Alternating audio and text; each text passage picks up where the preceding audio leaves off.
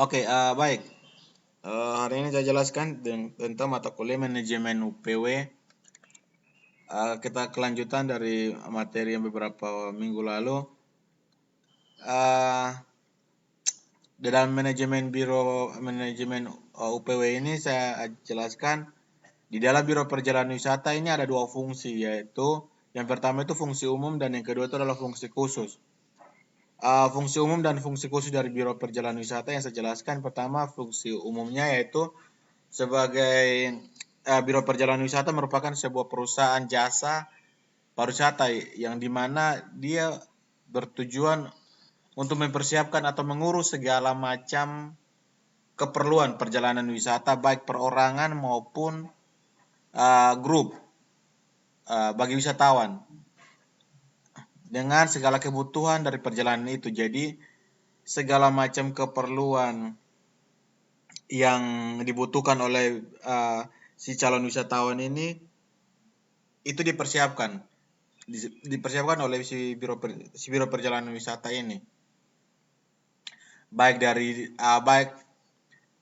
pada saat dia datang sampai ke destinasi wisata sampai kembali sampai dia pulang kembali. Jadi selama sampai di daerah tujuan wisata, destinasi wisata yang dia kunjungi, dia punya segala macam keperluan itu kita urus, biro perjalanan wisata itu yang urus. Jadi segala macam keperluan itu diinformasikan kepada wisatawan, calon wisatawan itu. Jadi apa saja keperluan-keperluan. Jadi keperluan atau masalah-masalah dalam perjalanan itu selama wisatawan selama wisatawan ada di destinasi wisata itu segala macam keperluan mulai dari dia punya dokumen-dokumen perjalanan, dia punya keperluan pribadi, makan, minum, hiburan dan lain sebagainya, itu penginapan, itu dia urus oleh Biro Perjalanan Wisata. Jadi segala macam keperluan, informasi-informasi tentang apa saja yang harus dipersiapkan. Contoh informasi tentang transportasi, apa saja yang akan dia pakai, apa saja objek wisata yang akan dia kunjungi. Objek wisata itu seperti apa modelnya, dijelaskan. Contoh kita bawa wisatawan datang ke Kupang, kita jelaskan, kita siapkan informasi-informasi Kupang itu seperti apa. Apa saja yang harus disiapkan oleh wisatawan pada datang ke Kupang. Terus dia menginap di hotel apa nanti. Hotel itu jenis hotel kelas bintang berapa. Apa saja fasilitas yang disediakan. Ada yang free, ada yang dibayar. Apa saja yang free, apa saja yang dibayar. Seperti itu. Jadi segala macam keperluan wisatawan, segala macam masalah-masalah dalam perjalanan itu dipersiapkan dengan baik. Diurus dengan baik oleh si Biro Perjalanan Wisata. Jadi dia punya keamanan, dia punya kesehatan, itu dipersiapkan. Jadi seperti itu. Jadi itu fungsi umum. Jadi segala macam keperluan. Dia punya penginapan, dia punya makan minum, dia punya kesehatan, dia punya keamanan, dia punya kenyamanan, itu yang kita siapkan. Jadi sampai pada saat dia sampai di tempat wisata, sampai dia kembali ke dia pun daerah, itu yang kita persiapkan. Jadi Biro Perjalanan Wisata ini fungsi umumnya seperti itu. Dia punya tujuan untuk mempersiapkan, mengurus segala macam keperluan perjalanan wisata, perjalanan wisata wisatawan, baik perorangan maupun dalam bentuk grup. Seperti itu. Yang berikut yaitu ada fungsi khususnya dalam Biro Perjalanan Wisata. Jadi tadi fungsi umum sudah, dia mempersiapkan informasi segala macam keperluan. Yang berikut yaitu fungsi khususnya itu dia sebagai intermediari atau sebagai perantara, seperti dia sebagai jembatan penghubung antara wisatawan dengan supplier atau dengan perusahaan industri perjalanan. Jadi contoh seperti ini. Jadi contoh supplier itu dia sebagai produsen. Dia sebagai produsen, sedangkan Biro Perjalanan Wisata ini dia sebagai distributor untuk menjual produk-produk apa saja yang ada di produk-produk jasa apa saja yang ada dalam perusahaan. Jadi contoh kita sebagai Biro Perjalanan Wisata ini dia sebagai media perantara atau jembatan penghubung antara si calon wisatawan dengan si wisatawan ini dengan hotel. Salah satu contoh produk itu hotel. Jadi di hotel ini dia yang menjadi jembatan. Dia yang membawa wisatawan ini ke ini hotel, dia kasih tahu jelaskan ini hotel kelas bintang berapa, apa saja yang fasilitas yang bisa kita pakai, apa saja fasilitas yang ada di hotel tersebut. Jadi seperti itu. Kita sebagai jembatan penghubung. Yang berikut objek wisata juga. Saat kita sampai di objek wisata Lasiana, contoh kita ke Lasiana, kita jelaskan nih, kita sebagai jembatan penghubung antara si wisatawan dengan pantai ini, dengan Lasiana ini, objek wisata Lasiana. Kita jelaskan ini Lasiana ini ada apa saja yang bisa mereka lakukan, apa yang mereka bisa lihat, apa yang mereka bisa raba, apa yang mereka bisa beli di situ, bawa pulang.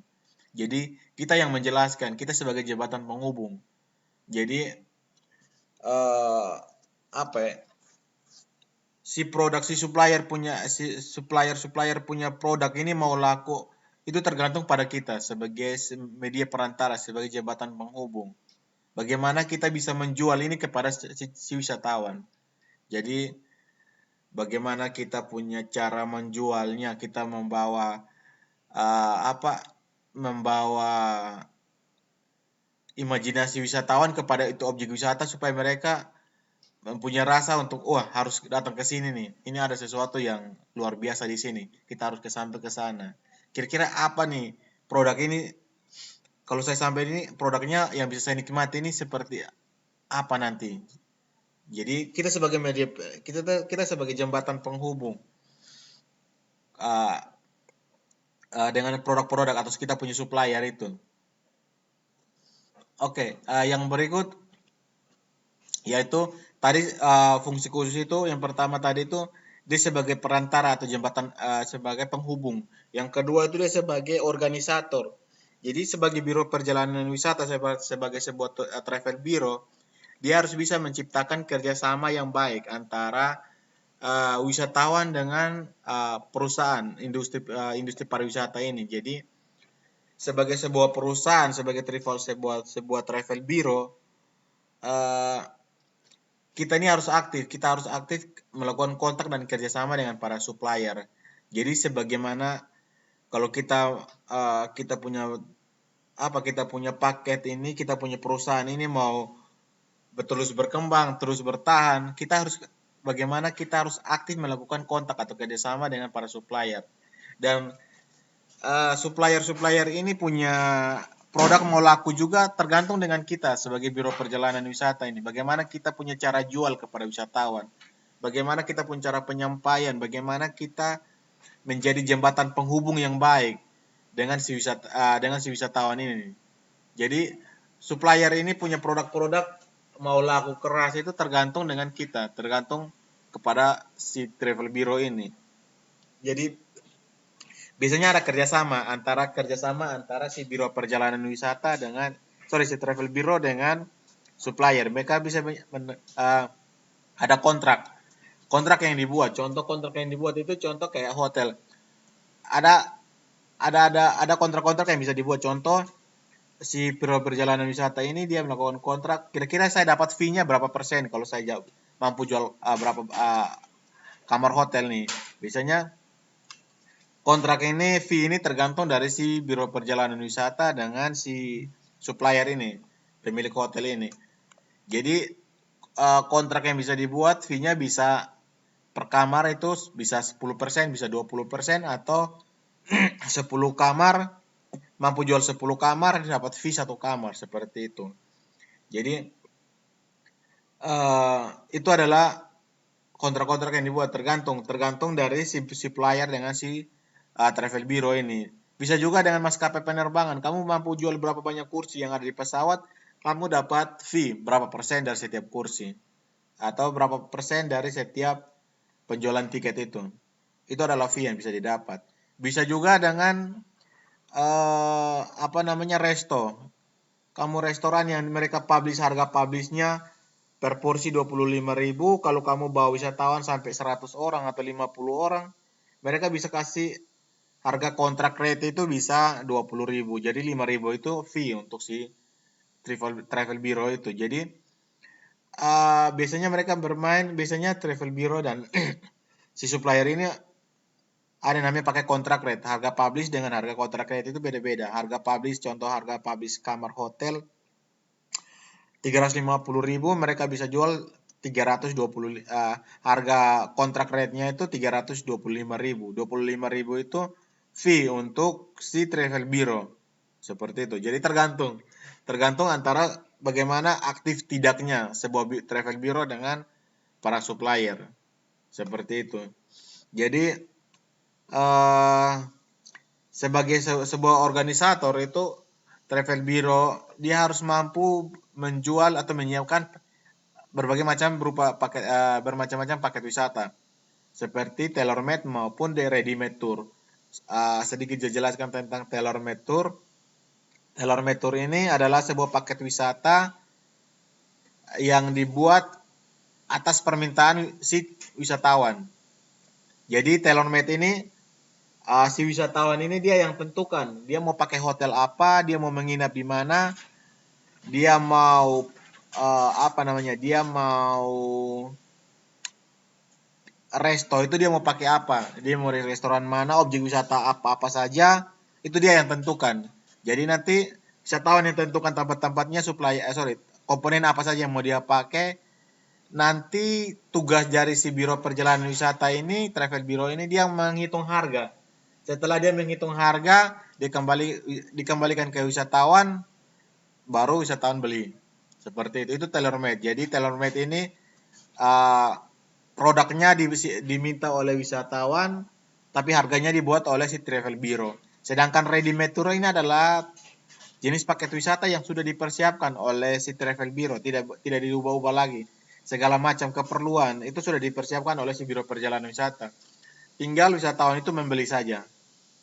Jadi yang berikut itu kegiatan biro perjalanan wisata antara lain dia menyusun dan menyediakan paket wisata baik dari dalam negeri ke luar negeri atau dari luar negeri masuk ke dalam negeri. Baik atas permintaan maupun disiapkan sendiri seperti itu. Yang berikut dia kegiatan biro perjalanan wisata berikut yaitu dia menyelenggarakan dan menjual pelayanan wisata. Jadi dia menyelenggarakan dan juga dia menjual. Kegiatan yang berikut yaitu dia menyiapkan pemandu wisata atau tour conducting. Jadi pemandu wisata ini juga ada yang namanya freelance guide. Itu si pemandu wisata yang tidak terikat kontrak dengan sebuah biro perjalanan wisata. Jadi ada biro perjalanan wisata yang dia tidak kontrak, dia tidak melakukan kontrak dengan si biro perjalanan wisata ini tidak melakukan kontrak dengan pemandu wisata. Jadi ada paket, ada tamu, baru dia hubungi guide. Tapi ada biro perjalanan wisata yang memperkerjakan si pemandu wisata seperti itu. Yang kedua, dia menyediakan sewa transportasi untuk wisatawan. Yang berikut juga kegiatan lainnya itu travel bureau juga menjual tiket-tiket pesawat dengan sarana-sarana angkutan yang lain. Dan juga biro perjalanan wisata juga dia kegiatan berikutnya itu mengurus segala macam dokumen perjalanan wisata sesuai dengan aturan-aturan yang berlaku. Jadi segala macam keperluan dokumen-dokumen perjalanan yang untuk keperluan para wisatawan disediakan juga dibantu oleh biro perjalanan wisata, travel bureau. Jadi contoh para jamaah haji yang mau ke Mekah, itu saya travel bureau. Orang pada saat mereka mau beli paket umroh di si biro perjalanan wisata, mereka bantu mengurus paspor, mereka punya visa dan lain sebagainya. Jadi segala macam keperluan, dokumen-dokumen keperluan itu si biro perjalanan wisata ini membantu mengurus dokumen-dokumen tersebut. Oke, yang berikut ada istilah yang namanya biro perjalanan atau travel bureau. Jadi travel bureau ini, kegiatan dari travel bureau dia hanya melakukan penjualan tiket, penjualan sarana angkutan darat, udara, dan laut. Dia melakukan pemesanan atau reservasi kamar hotel, melakukan pemesanan tiket pertunjukan, melakukan pemesanan objek-objek wisata dengan tempat-tempat hiburan lainnya. Yang ketiga, dia mengurus mendapatkan dokumen perjalanan, baik exit permit, fiskal, paspor, visa, dan lain sebagainya. Itu yang disebut dengan travel bureau atau travel service. Jadi travel bureau atau travel service ini dia hanya melakukan ketiga hal ini, yaitu menjual tiket, melakukan pemesanan atau reservasi, dan mengurus dokumen. Sedangkan tour and travel service atau tour operator ini dia menyelenggarakan yang ketiga tadi dengan ditambah dengan dia merencanakan dan menyelenggarakan macam-macam perjalanan wisata seperti city sightseeing, multi-day tour, atau excursion. Yang kedua yaitu dia merencanakan dan menjual paket wisata baik dalam negeri maupun ke luar negeri atau baik dari luar negeri ke dalam negeri. Yang berikut dia menyediakan tenaga pemandu wisata atau tour leader, tour conductor, tour supervisor, kurir, dan sebagainya. Yang keempat, dia menyediakan angkutan wisata turis bus untuk perjalanan wisata baik untuk layanan transfer in dan juga transfer out.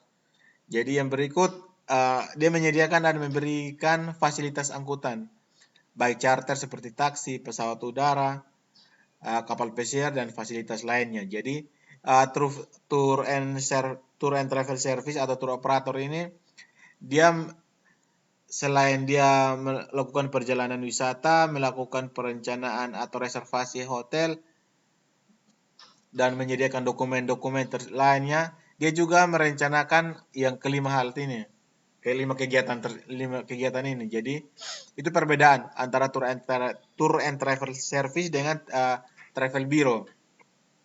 Jadi kalau tour and travel service ini dia melakukan 5 hal ini dengan yang tadi tiga kegiatan tadi itu.